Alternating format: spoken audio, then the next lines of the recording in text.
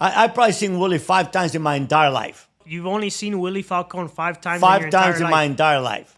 Wow. I saw Sal almost every day. Now, in some book out there, it says that I was Willie's accountant. How much of that is profit for you? How much of the $3 million a month? No, that was my profit. That was my part. That was your profit. My part. We're bringing it right through Miami International Airport. So you're making $40,000 a kilo. So think about it. That's $24 million profit. So say goodnight to the bad guy.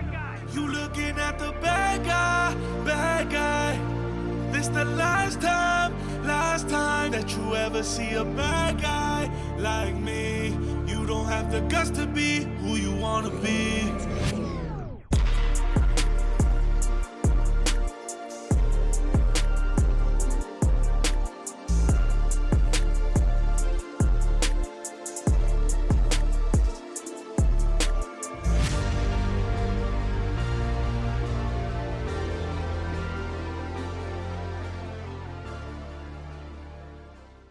So in 1984, you get out.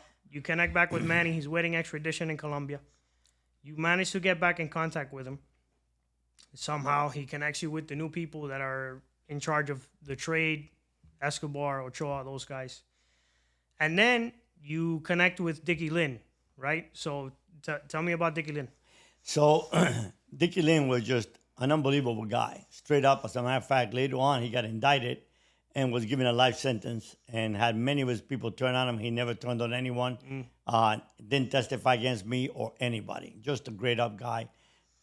Wonderful guy. Can't say enough about him. What a man he is.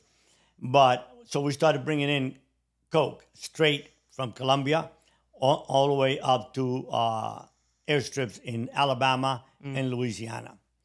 So, and we did that. And we would do it like, bring an airplane like every 20 days. You were telling me he's kind of like the Barry Seal kind of guy doing the stuff with the planes and the Cessnas and all that? Yeah, a lot of those airplanes that you see that show up in American made, they were actually exactly what Dicky Lynn was doing.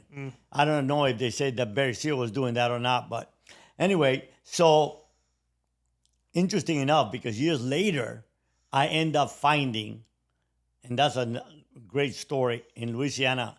I started going to Angola Penitentiary in Louisiana. This was my 25th year in a row visiting that prison. We built the only Catholic church inside any United States prison out of Angola. But we'll get to that one later. I ended up meeting Miguel Velez, who was the man that killed Barry Seals. Wow. And that's an unbelievable meeting. Remind me to tell you stories about that, because that's very powerful. So lo and behold, and I started doing that. But, I remember one day, and at this time, things were really going crazy in Miami, right? This was the time that Willie's mom got kidnapped, and there was those river cops and those police officers teaming up with drug dealers, and they were kidnapping parents like they did to Willie's mom, and then calling out the file and say, hey, we know how much money you got. If you don't pay, we're going to kill your mom. And they killed some people that did not pay. By God's grace, that Willie's mom survived.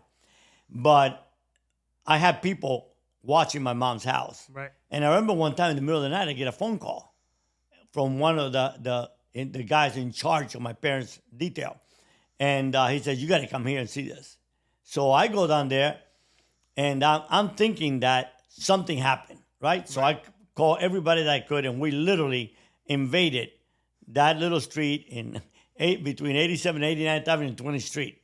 I mean, if cops showed up that day, it would have been a long day in paradise. And I go there, and what happened, my mom, every night, she had a Santa Barbara, and at 12 o'clock at night, on the dot, she had to go and pray to Santa Barbara. So, right in the front lawn, a statue about that high. And I'm like, Mom, we'll bring the Santa Barbara inside. You can pray, then we'll bring her back out when you finish praying, because you're going to get killed. I remember my mom saying, first and foremost, your lifestyle is not going to change mine. And second of all, if I get killed, you kill me, because what you're doing doesn't please God. And I remember that night when I got there, and I was angry out of my mind, telling my mom she had dumped a gallon of paint in the windshield of the head of the detail.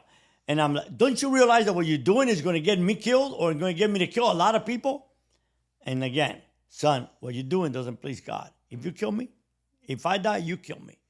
Your lifestyle doesn't change mine. And I said, Mom, what God There's no God.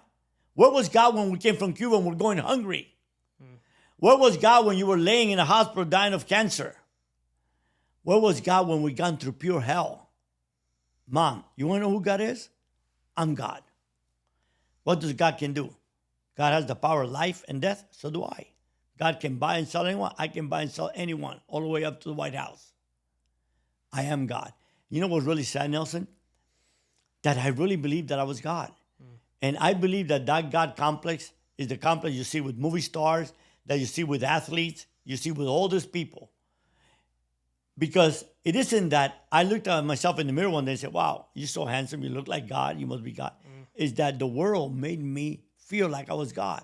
Instead of telling me, you're the scum of the earth, what you're doing is ruining our reputation, is ruining our community, is ruining the image that we Cuban Americans fought and worked so hard to create.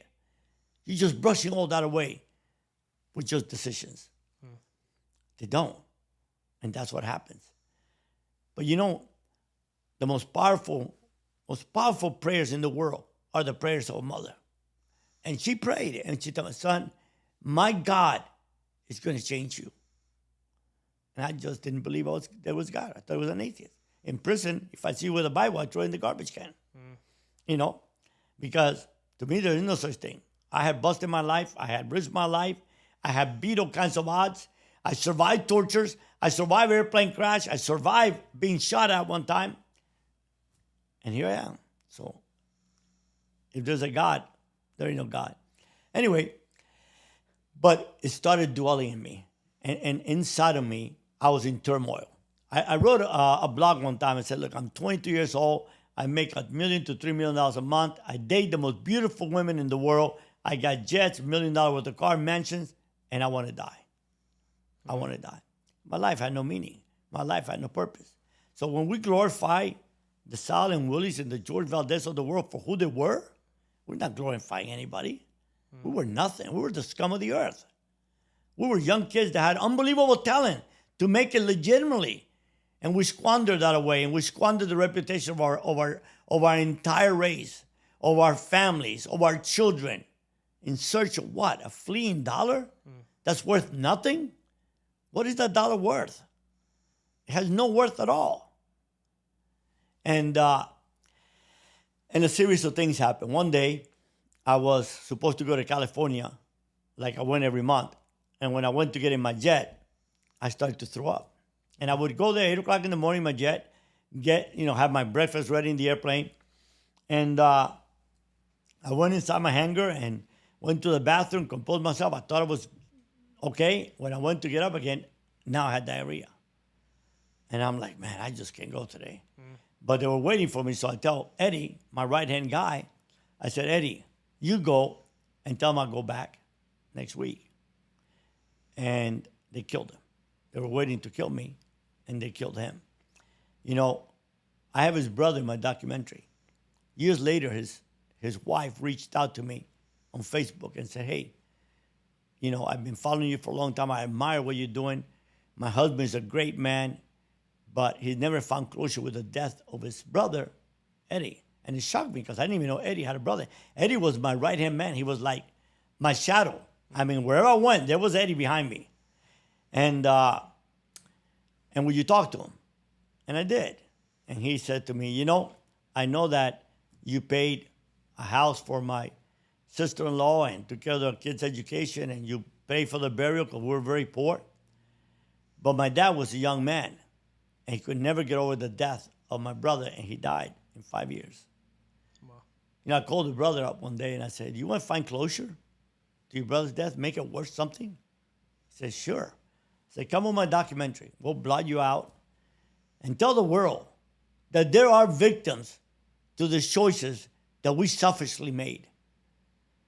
That whoever they glorify, just know that there's someone watching that same episode of Cocaine Cowboys, of Shadow or whatever, and saying, you know what? Because of you guys, I buried a child. Or because of you guys, I never knew my father, or I buried my brother. So let's not continue to glorify that world.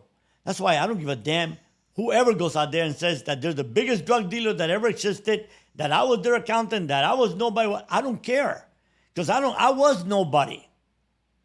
I only tell the things that I did, not who I was, that I did, to show the power of God. That if God can change Jorge Valdes, he can change anybody. You know, I get letters, Nelson, all the time. And there's two things that I see people highlight. Number one, they highlight, I would have never read a Christian book. Number two, I wasn't as bad as you, but if God changed you, he can change me. So it's pretty crazy to believe that in spite of being powerful, having all that wealth, that you wanted to die. It's crazy to think about, but I can understand it, because all the wealth and power and the money in the world, if you have no real purpose, if you don't have faith in anything, I mean, it makes sense to me in a strange way. Look, So, I'm 69, Nelson. I'm going to die, God knows, 10, 20, 30 years. I'm going to spend every minute of those days alive telling the world about how God can change the most heinous of all human beings. You know, we play with death. If I was to tell you tomorrow, if I would tell the richest man in the world, sell all the billions that you have, and instead of dying tomorrow, I'm going to give you 10 more years, they do it. They do it. People ask me, what is eternity? I said, pick up a sandal grain in Miami, walk it to California, drop it in California, walk back to Miami, pick up another grain, and do that till you move all the sand from Miami to California. That begins eternity. We play with eternity every day of our lives. In search of what? Of what? The temporary satisfaction, money, fame, drugs, pornography, whatever gives you. See, I don't believe there's a drug problem in America. I don't believe there's a pornography problem in America. I believe there's an emptiness problem in America. We all come into this world with a hole. Society will tell you, I can fill that hole. Women, drugs, alcohol, pornography, power. None of it can. See, it's only when you allow Christ and God to come into your life. And I'm not telling people, listen, you need to convert. You know, I don't preach to anyone. And I've spoken in every Christian program. All I tell people is this. I'm going to tell you what happened in my life. I had all the money, power. I had everything you ever dreamed you will ever have, and most likely will never have. And I also had the power of life and death. And I wanted to die. When I lost it all, when in 1990, after 3 years of walking away, let me go back to how I walked away. So finally, at that funeral, Eddie's daughter says to me, I had baptized her, Godfather, my daddy went to be with Jesus. And I said to myself, well, first of all, I said to myself, there's probably not a Jesus, but if there is a Jesus, we're not going there. 3 months later, something would happen that would change my life forever. Whenever I had my children around me, I never had any women.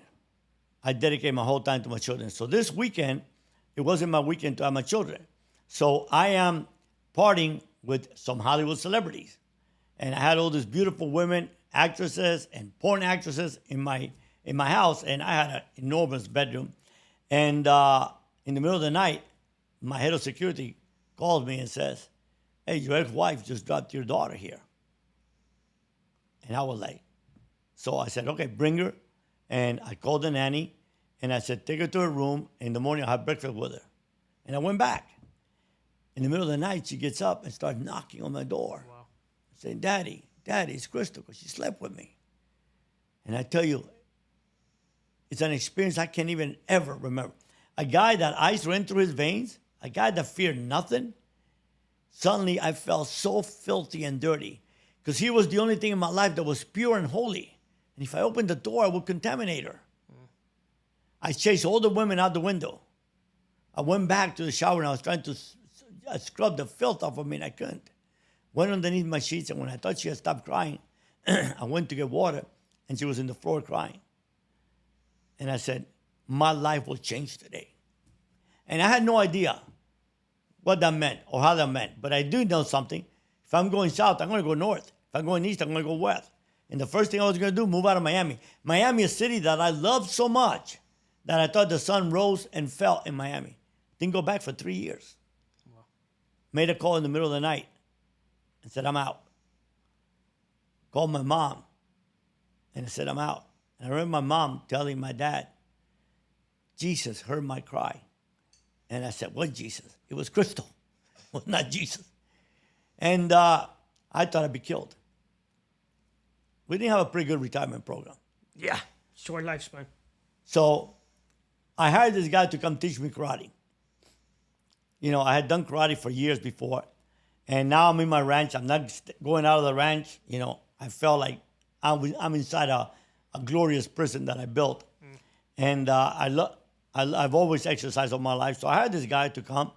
And the first day he comes out, he puts on his uniform and he says, I'm going to teach you about the sword. So he's getting dressed back to me and me the other way. And I would say to him, man, I'm a smart Cuban man.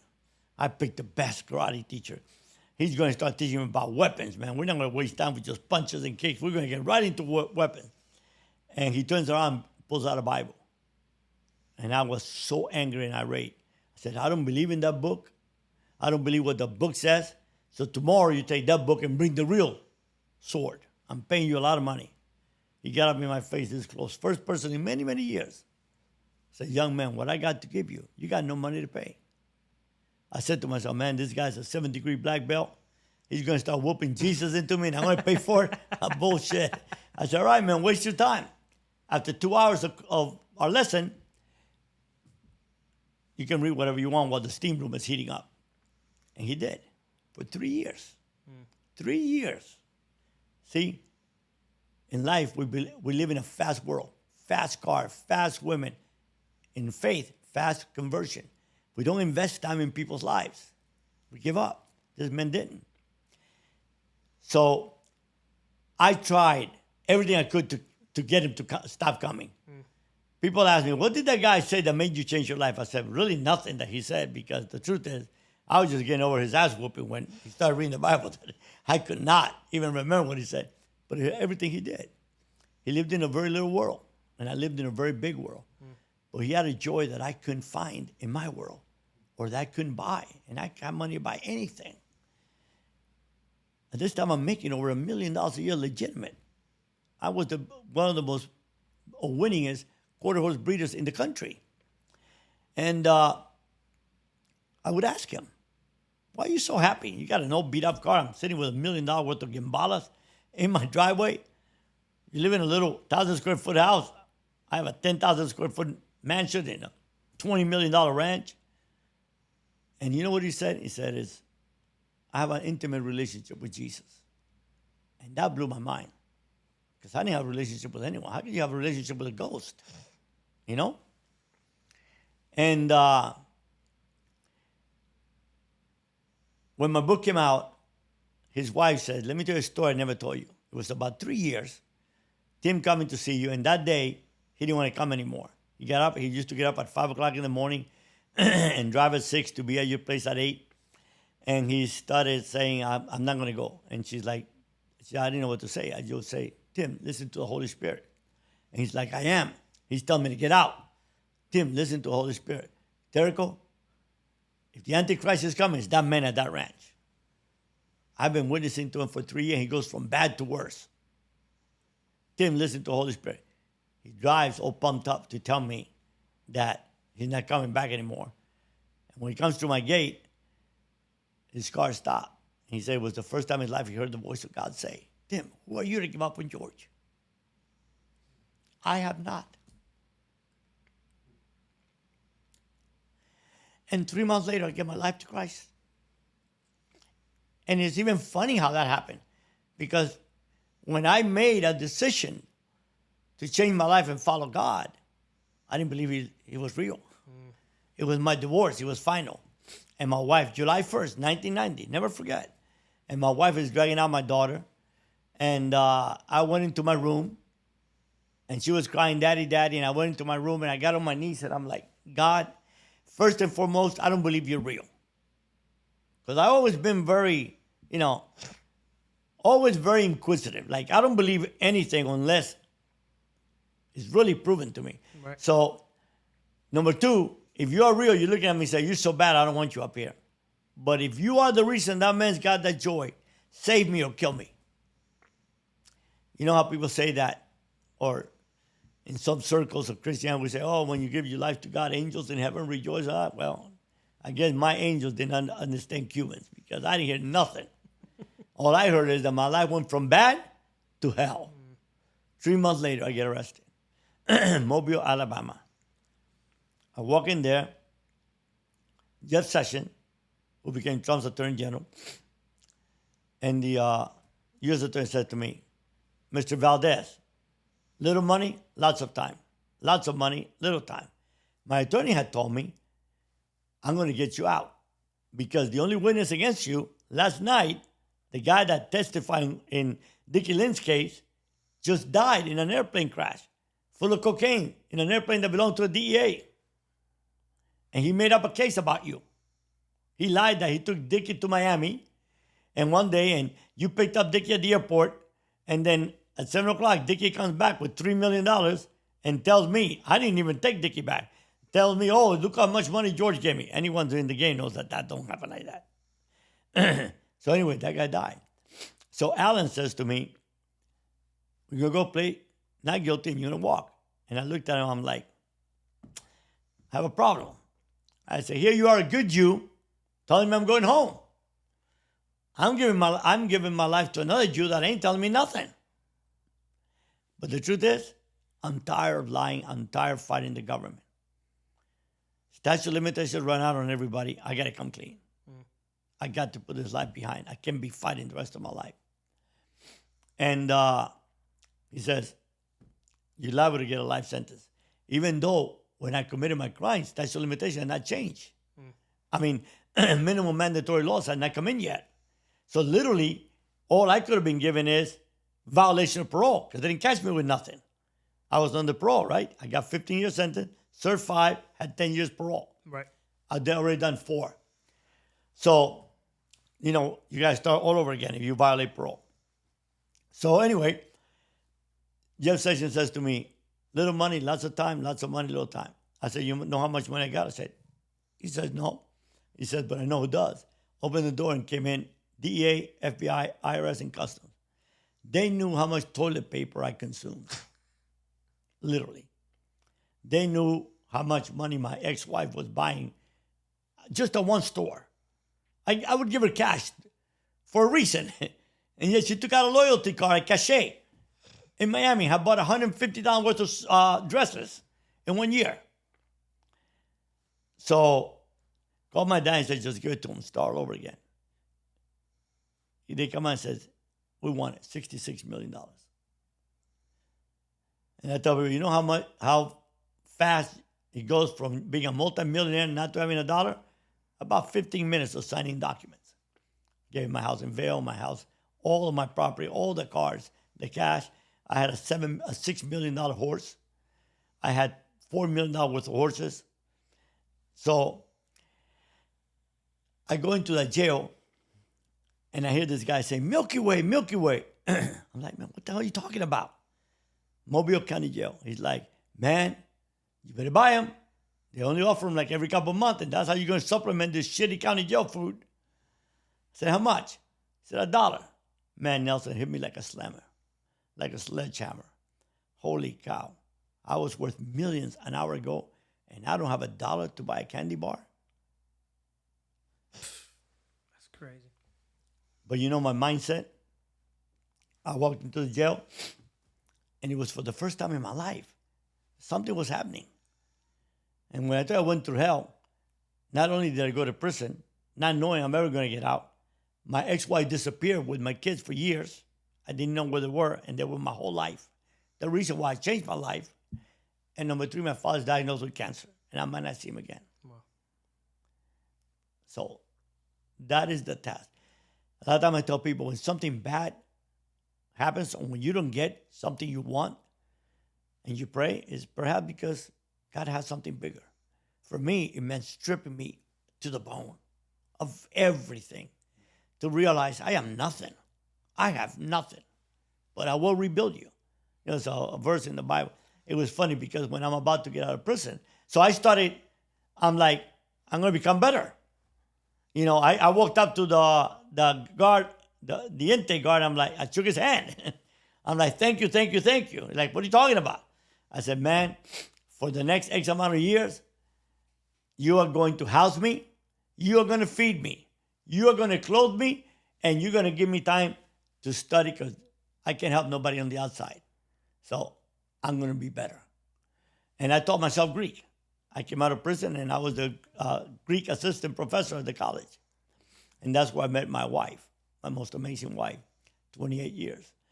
And when I was about to leave, the counselor said to me, why are you going home? You're a legend here. Everybody loves you.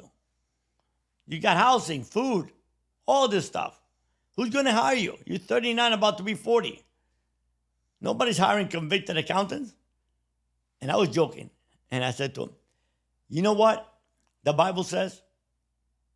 He smirked and said, what? I said, the Bible says God's going to grant me favor before kings. And he goes, kings? There's no kings in America. I said, hell yeah, there is. I said, who? I said, the President of the United States. He goes, be a cold day in hell before you step into a White House. Really? 2 years later, I had White House clearance. Speaking to senators, congressmen, everybody, highly respected. Did youth rallies around the country with members of Congress. Spoke at public schools, spoke everywhere. All right, guys, taking a quick break from the podcast to talk to you about Gus Villa Jewelry. Yo, let's be real here for a second. If you're rocking plain jewelry in Miami, of all places, you are doing it 100% wrong, my boy. Step your game up with Gus Villa Jewelry, the plug for real Cuban link gold and silver chains. And of course, the cleanest Rolexes in all of Miami. This isn't factory made or watered down or any of that stuff. This is high quality, custom, handmade stuff that shines from here to the moon. It turns heads, starts conversations, and makes you look fresh. Gus has something that'll level up your whole vibe.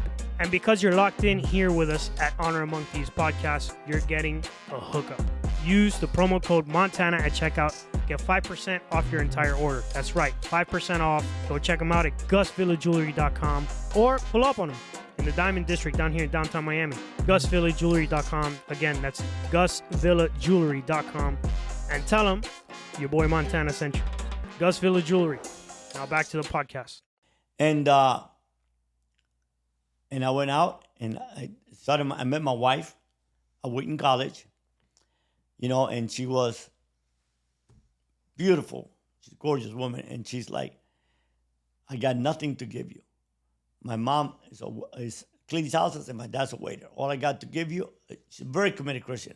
All I got to give you is what God's given me to give a man. If that's who you want. But you know I'm an extremist. So when I decided to become a Christian, I became celibate for 7 years. Wow. When I met my wife, you know what my prayer was? God, do you think that I can find satisfaction with just one woman? Because if I wasn't in bed with 3 women, I couldn't have satisfaction. And we started today and we said, we're going to date for 1 year. And we're going to trust God that if we do things the way he wants, but we're pure, if you're not for me and I'm not for you, he's going to reveal it to both of us. And then after a year, we're going to be engaged for another year. And then we'll get married. And now, a guy that my first 2 marriages lasted a combined 3-4 years, been married to the same woman for 28 years. Wow. And I wake up every day madly in love. And she's the reason that I am who I am. And she's the reason, you know, I tell people a woman will take you up or take you down. I don't think a woman will leave you right where you're at. And you know, behind every great man, there's no doubt that there is a great woman. 100%. And I had to wait. I had to wait on who God had for me. And in Wheaton College, where I wanted nowhere in the world to even know where I was. So I finished my PhD. I became a professor. I was an adjunct professor already. And I thought I had the greatest job in the world. Then my dad died. And when my dad died, I'm in the shower and I'm just crying, missing him. Because he was like everything in my life. We had struggled so much together, you know. And I realized I'm missing my dad, not because of anything he gave me, because he had nothing to give me, but because he gave me his time.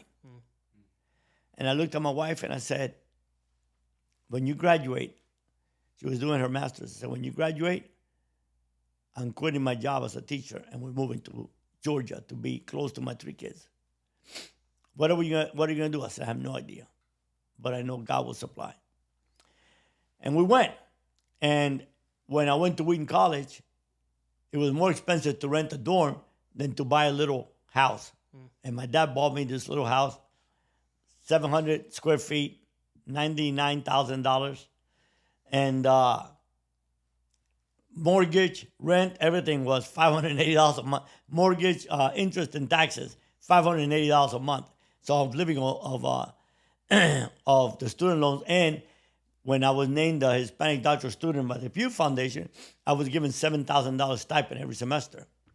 So I'm living off of that. And but the community changed in those 3-4 years I was there, and I was able to sell the house for a lot more than that. And we moved to Georgia. And a friend who was the CEO of ServiceMaster at that time, Carlos Cantu, great Christian man, Mexican. I had invited him over to my house, and he loved these paintings that I had of Amado Peña, who was a very close friend of mine, a very famous painter, and I gave him one. So when I moved to Georgia, he called me up and says, hey, what are you going to do? I heard you moved. I'm like, yeah, Carlos, I don't know, but I'm going to find out. I said, I'm going to start cleaning houses. I'm going to start a little cleaning house with my wife and I. And he's like, well, I'll sell you a little franchise of carpet cleaning. And I'm like, I ain't got no money to buy a franchise. He said, no, I'll finance it. And he did. And we started. And I tell people, you know how I built my company? People look at to start business and all they care about is the bottom line. That's all that matters. I looked at a difference. I said, we're going to have 4 corporate objectives. We're going to honor God in all we do. We're going to give people $1.10 worth of service for $1 that they pay us. We're going to help all our employees develop. And we're going to grow profitably as a result of all that. And we started from nothing. In 10 years, I built it into a multi-million-dollar company doing millions of dollars a year. We were part of the cleanup of the Pentagon. My clients became government. And in 2010, I was away from home 2.5 years. I was in Louisiana. I had come home December 24th and 25th of 08, December 24th, 25th of 09. And then I'm sitting there, and we're just about finished. And I looked at myself, and I'm like, how are my kids going to remember me? We have no debt. When we created our company, we gave 10% of our top line of our income, not our profit. You can become creative with the profit. And we gave that as an honor to God, and we created a foundation. And with that, we built a church inside the penitentiary. We built a retirement community in Cozumel, Mexico. We created a program to get kids off drugs. We've done a lot of stuff, and now mainly is my books that I sent to prison, 170,000 to 983 prison. And I told my wife, it was 3 partners, me, my brother, and another brother from another mother. I said, I'm going to go tell Ray and JC that I'm out. And I was the president of the company. I ran everything. So my other partner ran production, and my brother ran all of our personnel. And she's like, you're going to quit? She said, you've been robbing Peter to pay Paul forever. And now we had a 90-foot yacht. We had a jet. We had a house in Mexico. And we lived in a multi-million-dollar house in Georgia. And I said, our kids think that life, fun, is getting on a jet to Disney or going to Mexico and getting on our yacht. And that everybody's rich in their school because they're going to the best school in Atlanta, and they don't know the pain of anybody else. We're going to take them to Mexico and let them see people that go hungry every day and still love God. It's easy to love God in the suburb. Easy. How do you love and trust God when you pray and nothing changes? You still go hungry. That's true faith. And I said, if I stay with the company, you know what I'm going to do? So, we're going to add more zeros to our bank account. And we're going to add less zeros to our time with our children. And I quit.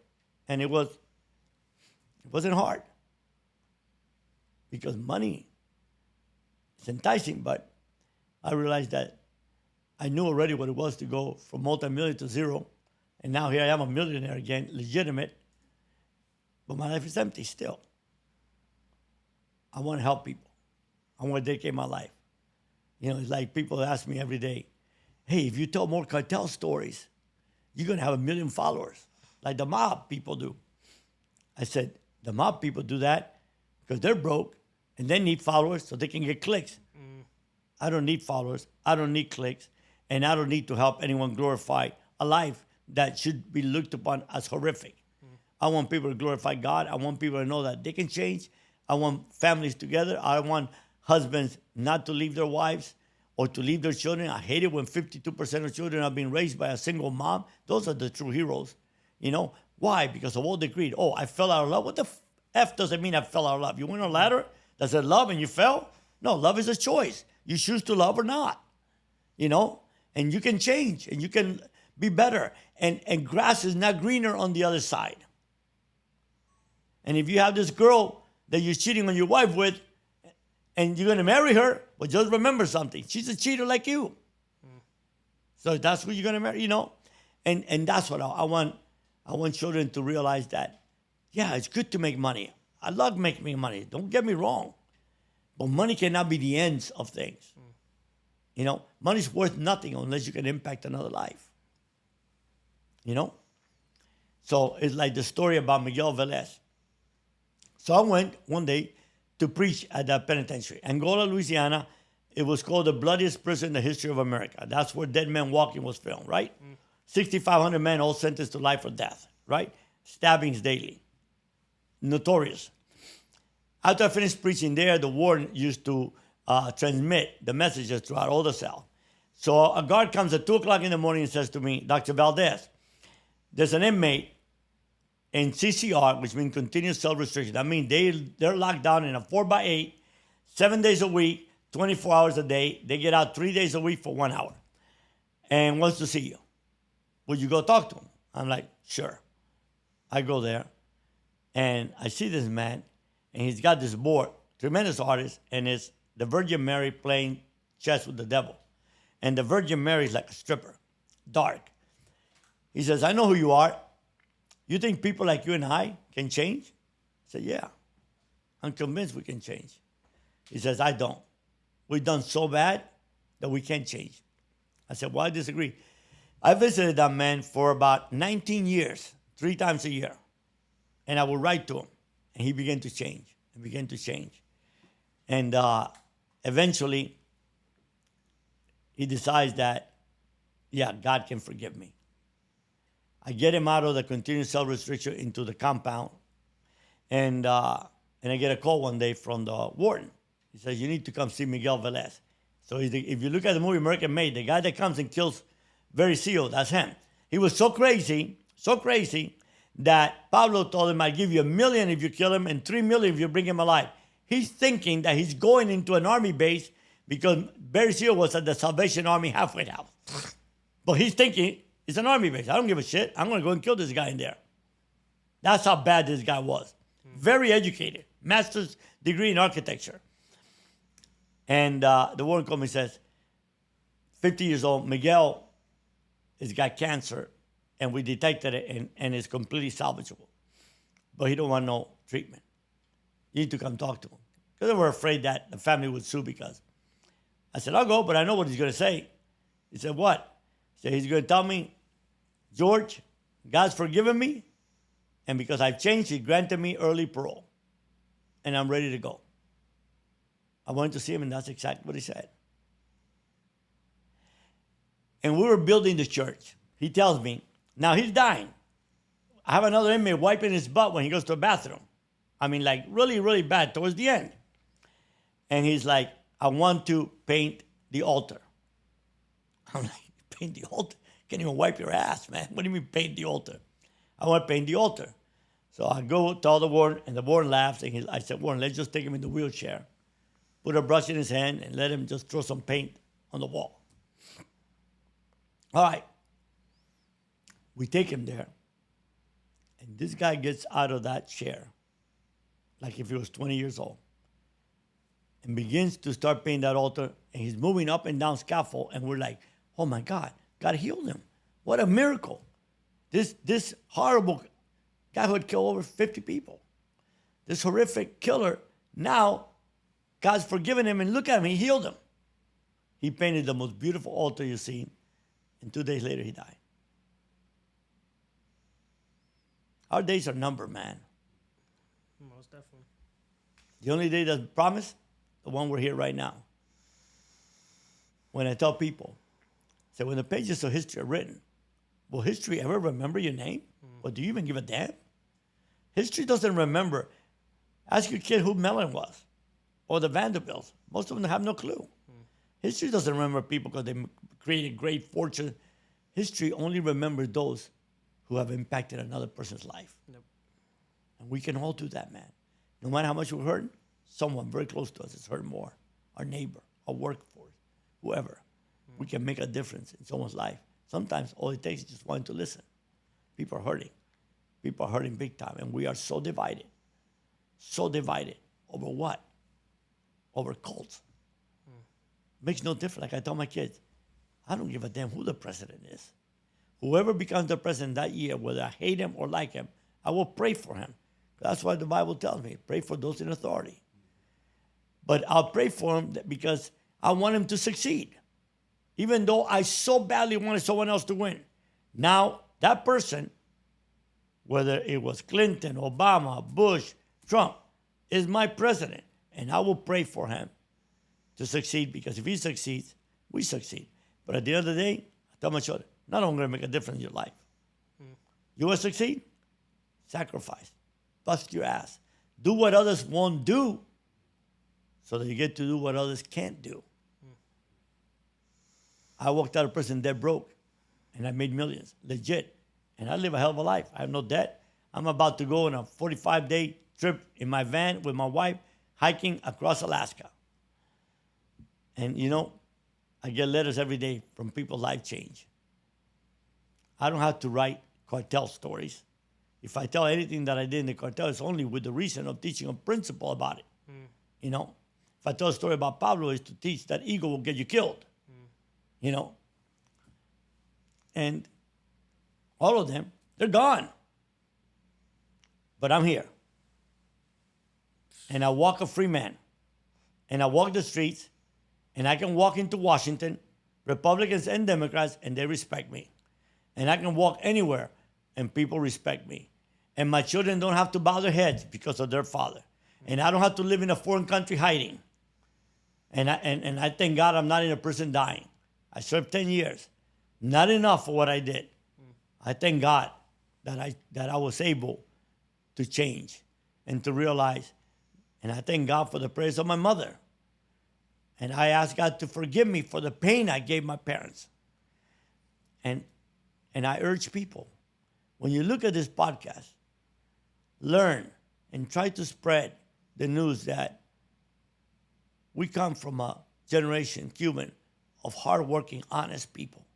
Don't judge our people by the sins of our children, of us. Don't judge Medellin, Colombia by the sins of Pablo Escobar or fictional figures like Graciela, whatever her name was. Judge them by the good people that work hard every day and live in one of the most beautiful countries in the world, some of the most beautiful people in the world, some of the most humble people in the world. Don't judge a nation by a group of scumbags. We are better than our parts. But our whole is better because of who we are. And that's what I want the world to know about our story. You know? And that's what's important. Cuban Americans came to the United States not for a handout. They came to build a new life. They didn't come for a handout. They came for an opportunity. We didn't rob people to get there. Yes, there's a group of us. What, 40, 50, 100 compared to the millions that came? So because we glorified those 50, 20, 30s, Sal, Willie, Jorge Valdes, on and on, we judge an entire generation, an entire race of people, of hardworking people that are honest, that work their ass off, that didn't want anything but an opportunity. So that's the message that I really want to share. And I'm really proud of the work that you're doing because Thank you, George. to show people that, hey, man, we can change. There's 100%. Faith. And it's not about preaching. I'm not here to tell you, listen, accept Jesus Christ as your Lord and Savior, everything will be fine. It might not be. All I'm here to tell you, Nelson, is this. Let me tell you my story. Let me tell you what happened in my life. Let me tell you the decisions I made, the consequences I paid, and then the choices I made that allow me to live the life I live. If the shoe fits, wear it. If not, buy another pair of Nikes. That's simple. George, I appreciate this. This has been a lot of fun. I'm going to wrap up just asking a couple questions here, and then we're pretty much done. So, wrapping up, I want to talk about a couple things here. One is there's a very stark difference between the drug trade today and the drug trade back in the 70s and 80s. Now it's more, instead of it being a Colombian cartel and cocaine, now it's the Mexican cartel and fentanyl and the crazy things that are happening there. The war on drugs is being lost. I mean, it's there's not even a question that the government is getting destroyed. They don't even put a dent in the amount of drugs coming into this country that they seize. I want to get your perspective a little bit about fentanyl and the Mexican cartel and things that are happening in the modern day drug trade and what your thoughts are about that. So I'm going to tell you historically. If we think that the government wants to win the war on drugs, we are living in Lululand. We do not want to win the war on drugs. We do not want to stop the fentanyl trade, no matter what they tell you. Why? Look at the private prisons being built. Look at the prisons. You want to talk about slavery? We have slavery today. It's called the prison system. You want to talk about the KKK? They used to wear a white robe. Now they wear a black robe. Not saying every judge. There's amazing judges, and there's amazing good white people, black people, every race. But what I'm saying is, it is such a profitable industry that we don't want to win it. So what do we say? We fool the people. Oh, we're going to close the border. Unless Mexico closes the border in Canada, we're going to kill them because they got to stop the drug. Listen, close all the borders you want. We need to. Don't get me wrong. I am pro-secure border. Close them, especially for human trafficking, that we don't talk about. That is horrific, what's going on. But I don't give a damn how much borders you close. As long as there's a demand, there was a supply. Do you realize it's a simple economic formula? Supply versus demand. Those people, listen, are we naive enough to believe that there's Mexicans and Latin Americans coming with a kilo of cocaine in their bag through the border, crossing the river to bring it to America? Really? How many hundreds of thousands? Because there's hundreds of thousands of kilos of cocaine coming in. We're not even talking about cocaine anymore. We're not even talking about it.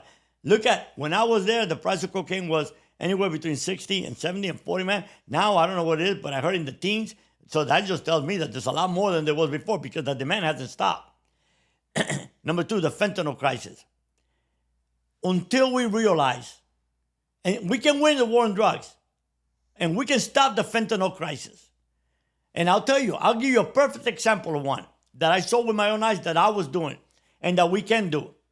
But yet, we'll lie to the public and tell them, oh, we're putting all this pressure to fight the fentanyl crisis. No, we want to incarcerate every human being we can. We don't want to let them out. We want them to serve as much time as possible.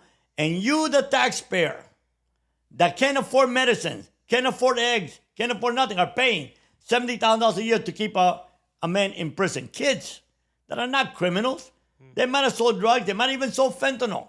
They're just trying to survive out there. Give them a chance and give them an opportunity to be different and watch how successful they can be. But here's the thing. I preached in Minneapolis one time. Actually, I did a big event with a Republican congressman. And And I went, because what I used to do is I used to team up with a congressman, because a congressman can take me into public schools. There's no public school principal who's going to say, oh no, congressman, your speaker cannot come here. And I could talk to public school kids. And so we would go into a city and we would do all the rehab centers. We would do the youth centers. We do the jails. I did all the public schools in the area, and then we would end up on Monday night at an auditorium and do a big rally. And I met this young man in a town in Minnesota, and it was the most gang-infested town in Minnesota.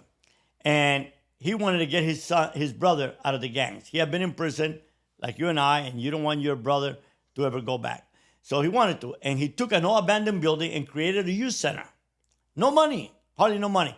And he said, okay, from 4 to 10 o'clock, we're going to have skits.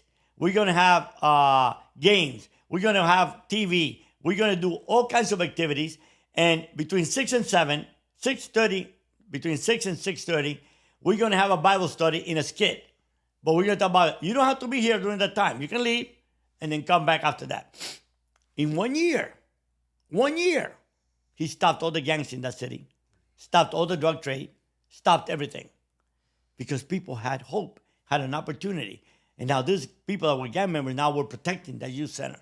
You know that it will cost probably to run the youth center the equivalent of what it costs us to house 5 inmates? Think about if we do that in every city in America. And if we give that money to pastors and communities that are struggling because people are not donating as much because they don't have money to eat. We can clean up America. Nixon did it in New York with the heroin crisis. But see, Reagan came along and said, oh, I'm going to switch the war on drug. Instead of going after the consumption, I'm going to go after the dealers. And you know what we did in the cartel? We laughed. Because we said, as long as you leave our clients alone, you ain't going to catch us. I can tell you over and over, when we get rid of Pablo Escobar, we win the war on drugs. When we get rid of Gacha, I mean, think about Gacha. He had distribution in every continent of the world. When we get rid of Jorge Valdes, when we get rid of Sal and Willie, really? There's someone worse behind. You want to win the war on drugs? You want to eliminate the cartels in Mexico? Go to those neighborhoods and create centers and get multinationals to freaking stop exploiting the people. Because you know how we got it with the bananas? We went to the growers. You know how cocaine started to grow in Colombia? We went to the banana grower and said, okay, how much do you make for this field? I'm just going to number, $1,000. But at the end of the season, they had to eat the bananas because once the multinational in the United States bought all they wanted, they let the other one rot. And these people didn't even have roads to go to Medellin and sell their products. So we came in and said, 1,000, we'll give you 10,000. And then we'll build you roads so you can sell your products over there. So who was God to these people? The one feeding them or the one exploiting them? But see, we believe Wall Street runs America, right? The bottom line is what matters. It doesn't matter who we step in and step over. But it's so good for us as a country, as a government, to blame Mexico, to blame Peru, Guatemala, whoever, and to lie to the people that we're making it. We don't want to make a difference. Why do we change to minimum mandatory laws? To 3 strikes, you're out. Ridiculous, man. 500 kilos to give you a life sentence with powder, 50 ounces of crack to give you a life sentence. Why is that? Simple mathematics would tell me that I need 50 ounces of powder to make 50 ounces of crack. But you know who dealt with powder? Americans, white. Who dealt with crack? Blacks, Hispanics. We switched. When I went to prison, African Americans and Hispanic were less than 20% of the prison population in 1979 in the Federal Bureau of Prison. Check now. Flipped over. And you're taking kids whose father is in prison. He's raised on the streets. His mother might be addicted to drugs. We're not giving him an opportunity like the cartels. What do you think? What do you think that happens when you have Chapo feeding those families, educating those kids, and telling you, come join the cartel or starve to death? Because ain't nobody in government going to help you. It's simple, but if we incarcerate more and more, we have modern day slavery. And we, the taxpayers, are paying for the modern day slavery because that's what it is. That's what the whole prison population. How is it that we are 4% of the world's population and we have 25% of all the incarcerated in the world? How is it that we Americans consume 80% of all the production of narcotics in the world? The rest of the world is not addicts? People don't, come on. And we live in the most amazing country on earth. And I believe in America because, see, what makes America great is not America. America is just a freaking title. What makes America great is its people. Republican, Democrats, independents, straight, gays, transgender, all that. That's what makes this country great. That everybody, a convicted drug dealer, heinous like I was, has a chance to become a legitimate, successful, and respected person. We, America, are great. We got faults. But you know what my father used to say? Mijo, when the United States has a cold, the rest of the world has pneumonia. Yeah. Definitely true. George, thank you so much for coming on the show.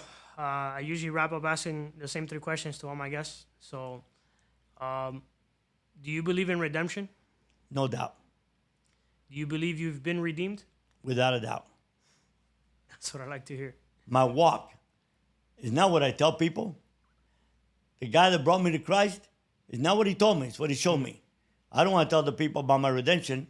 Just judge my walk. Judge who I am. Here you are in my house. I'm not hiding. I love that. And the last question, how do you want to be remembered? I want to remember, you know, my wife said that if I die, in my tombstone, she's going to put, he was not impressed by anyone. I've been in front of generals, presidents. I got a man elected president, ministers all over the world, kings, assassins, good people, bad people. I want to remember about one as a person who loved others with no judgment, no matter. I don't love people because they're straight or gay, black or white, Hispanic or North American or European. I love people because God gave me a simple commandment. Love God, which I do with all my heart, and love others. And he did not say, love thy neighbor. He did not say, only if your neighbor is a Republican, or only if your neighbor is a Democrat, or only if your neighbor is straight, or only... Love others. And love is a choice. So we have a simple decision to make. We either obey or disobey. Don't tell me you're a Christian and every word out of your mouth is hateful. Don't. Because when I first became a Christian, I used to listen to the little song in prison that said, they will know we are Christians by our love. By our love, they will know that we are Christians. Really? Don't tell me you're a Christian. Show me your love. See all those pastors? Look, I've been in all the major Christian television programs, and I can tell you how many of them are worse than the worst assassins I met in the cartel. And there's some great ones too, don't get me wrong. Billy Graham was a great man. A great, great man. David Maines in Canada was the Billy Graham of Canada. A great, great man that loved God and loved people with all their hearts. And you know what? That's how I want to be remembered, man. Someone that really care about others. Do the math, what it costs to send 175,000 books to prison. Just to figure out what a book costs. And shipping and postage and all that. I can buy a couple Rolls Royces. But you know what? Every life I impact is a life I'll meet in heaven one day. Amen, brother. How can people connect with you? Follow me on Instagram. You know, Dr. Dr. I guess you'll put it in your... Yeah. Dr. Jorge Luis Valdes. And I post on Facebook also. And my webpage is Jorge Valdes, PhD. And yeah, that's it. And then stay tuned. At the end of the year, in a major streaming, it will be my documentary, Shadow of the Wolf. And it's going to tell a very different story, but it's going to tell a real story. I'm looking forward to it. Likewise. George, I appreciate you inviting me into your home. I know you don't do this for everybody. I'm very humbled. I'm very blessed to be here. I'm very proud of what you do. And I'm very Thank proud of you coming out and letting the people know you were in prison and you're trying to make a difference. And that's why I accepted to be in your podcast. And I urge your followers to tell others. How do we support people?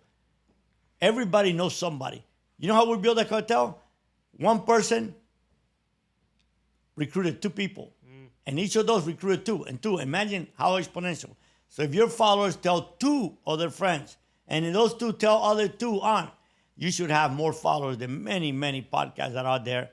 Alrighty, guys. That's another episode of Honor Among Thieves with special guest Jorge Valdes. Push it to the limit. The world is yours. If you're not chasing a dream, life is meaningless, guys. Say goodnight to the bad guy. Till next time. So say goodnight to the bad guy. You looking at the bad guy, bad guy. This the last time that you ever see a bad guy like me. You don't have the guts to be who you wanna be.